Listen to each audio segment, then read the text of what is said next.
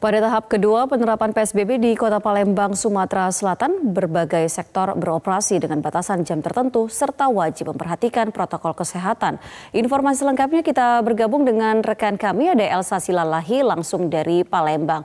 Elsa, selamat pagi. Seperti apa penerapan PSBB tahap kedua di Kota Palembang? Ya, selamat pagi Ami dan juga pemirsa. Penerapan PSBB tahap kedua di Kota Palembang hari ini memasuki hari ke-10.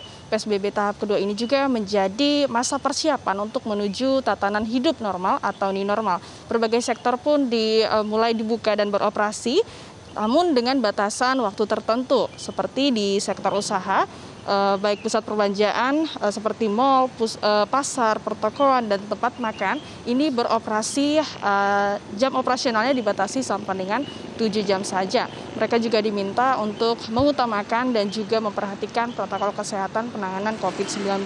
Dengan dibukanya sektor usaha ini, aktivitas warga Kota Palembang juga semakin meningkat di luar rumah.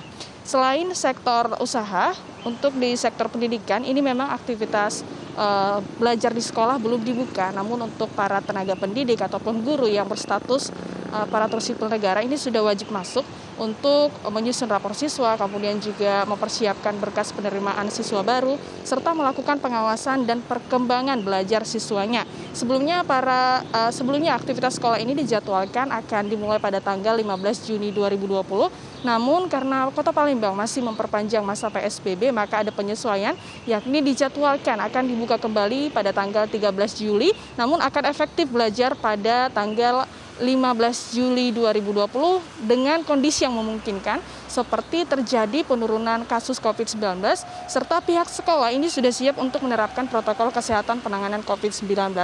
Pemerintah Kota Palembang mengatakan bahwa untuk PSBB tahap kedua ini lebih kepada edukasi kepada masyarakat tentang protokol kesehatan, sehingga jika nantinya new normal atau normal baru ini diterapkan, berbagai pihak ini sudah siap termasuk juga masyarakatnya. PSBB tahap kedua di Kota Palembang ini dimulai pada tanggal 3 Juli 2020 dan akan berakhir pada tanggal 16 Juni 2020. Nantinya akan melihat seperti apa, apakah akan diterapkan new normal ataukah ada penyesuaian lagi. Ami. Ya Elsa, lalu bagaimana update terbaru terkait dengan penyebaran COVID-19 di Sumatera Selatan dan apa upaya yang telah dilakukan untuk menekan laju penyebarannya? Ya Ami, terkait dengan perkembangan COVID-19 di Sumatera Selatan, ada penambahan setiap harinya, seperti data terakhir dari gugus tugas percepatan penanganan COVID-19 pada tanggal 11 Juni, ada penambahan sebanyak 42 kasus positif COVID-19 dan saat ini totalnya berjumlah 1.271.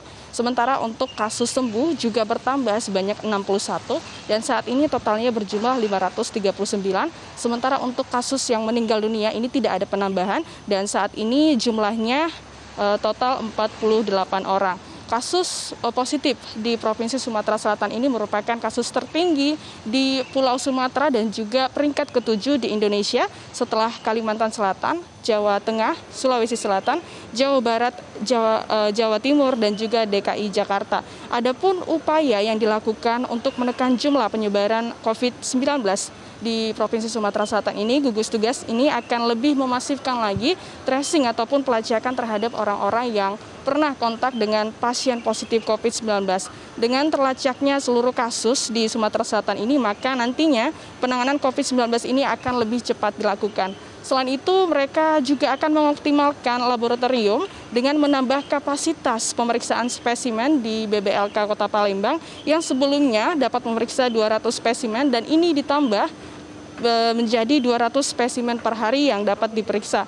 Lab juga ditambah di Rumah Sakit Muhammad Husin Palembang dengan kapasitas 80 sampel per hari yang dapat diperiksa. Dengan banyaknya sampel yang diperiksa, ini juga nantinya akan mempermudah atau lebih memutus penyebaran COVID-19 di Sumatera Selatan ini.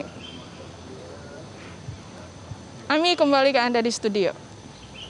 Ya baik, terima kasih Elsa Silalahi atas informasi yang baru saja Anda sampaikan langsung dari Palembang, Sumatera Selatan.